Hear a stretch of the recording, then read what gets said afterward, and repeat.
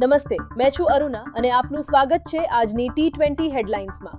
આજે આપને લાવી રહ્યા છું રાજકોટમાં આતશબાજી, અમદાવાદમાં ચૂંટણીનો ગરમાગરમ માહોલ, વધુ પર ઘણો બધો સમાચાર, બધું માત્ર 2 મિનિટમાં. રાજકોટ જિલ્લાના ગોંડલ તાલુકાના પાટિયાલી ગામમાં કાળઝાળ ગરમી વચ્ચે ખજૂરીના વૃક્ષોમાં ભીષણ આગ ફાટી નીકળી. ફાયર બ્રિગેડે તાત્કાલિક આગ પર કાબુ મેળવ્યો, પણ મોટા પ્રમાણમાં વૃક્ષો બળીને ખાખ થઈ ગયા. અમદાવાદના કુબેરનગર વોર્ડમાં મતદાન દરમિયાન ભાજપ અને કોંગ્રેસના કાર્યકરો વચ્ચે ભીષણ મારામારી થઈ.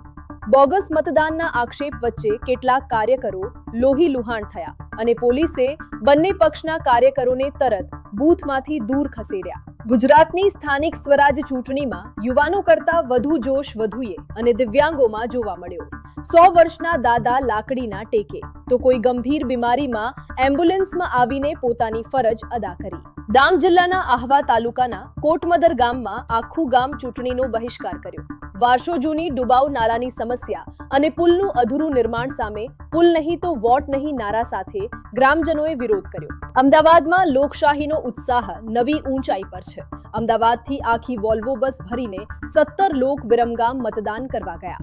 ગરમીનો પ્રકોપ છતાં મતદારોમાં અનોખો જોશ દેખાયો. આવી રહી આજની T20 હેડલાઇન્સ. આપને આ સમાચાર કેમ લાગ્યા? કમેન્ટમાં જણાવો અને ચેનલને સબસ્ક્રાઇબ કરો. ધન્યવાદ અને મળીશું આગલી T20 હેડલાઇન્સમાં.